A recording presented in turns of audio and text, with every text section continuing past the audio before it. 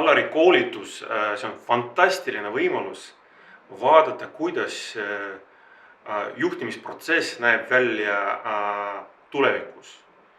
Milline on see vaatenurk, mis me peame arvestama tulevikus ja mis me praegu peame planeerima, mis meil on vaja teha just täna selleks, et tulevikus meil on võimalus saavutada meie eesmärki.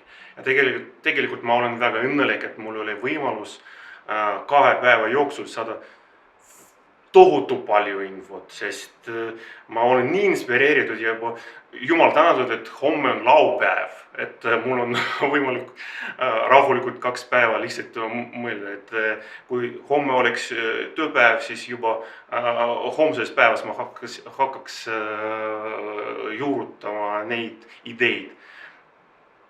Ja lõppkokkuvõttes ütlen, see on väga hea võimalus väga kiiresti saada päris palju.